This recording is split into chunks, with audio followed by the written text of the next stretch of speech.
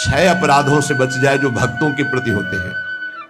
भक्त के ये 6 अपराध तुम्हारी भक्ति को ढक देंगे। पहला, किसी भी महात्मा के वास निरूपण पर जो हम निंदा करने लगते हैं। हमारी सामर्थ्य नहीं कि हम क्या जाने वो कैसे रह रहे हैं। महाप्रभु चैतन्य देव एक दिन कीर्तन में बहुत उल्लसित होकर उन महापुरुष का नाम ले रहे थे, बार बार नाम उच्चारण कर रहे थे। हमें नाम विस्मरण है।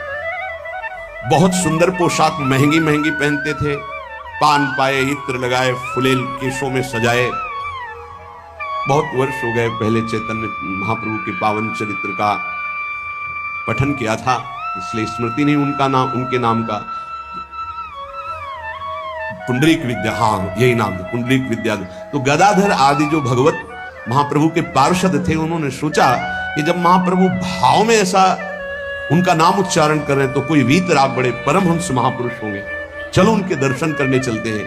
तो पता चला कि अमुक जगह वो आए हुए हैं। वहां तो देखा बहुत सुंदर पलंग, दुग्ध फेन जैसा, ऊपर से गद्दे के ऊपर चद्दर और गिरदा लगे हुए हैं, और केश जो फुलेल से ऐसे सुगंध आ रही है, पान खाए। तो गदाधर जी के मन में आया कि इतना विलासितापूर्ण जीवन और ये भगवत भक्त हो सकते हैं। संशय हुआ। तो एक जो महाभागवत साथ गए थे, तो उन्होंने भगवान श्री कृष्ण की रूप माधुरी का भरा हुआ श्लोक गान किया। जो ही श्लोक सुना, हुंकार मारी और धूल धूसरी, था कृष्ण हा कृष्ण।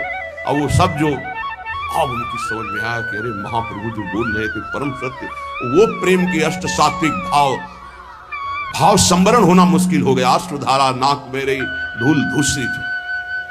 गदाधर जी ने चरण पकड़े और कहा मेरे से भारी अपराध हो गया। ऐसे महापुरुष के बाहरी स्वरूप को देखकर हमारे अंदर अश्रद्धा हुई थी, दोष दर्शन हुआ था, क्षमा चाहता। कैसे क्षमा? तो शिष्यत्व स्वीकार किया। चित्र में ऐसा पढ़ा, किसी भी भक्त या महात्मा के वास निरूपण, वेश निरूपण की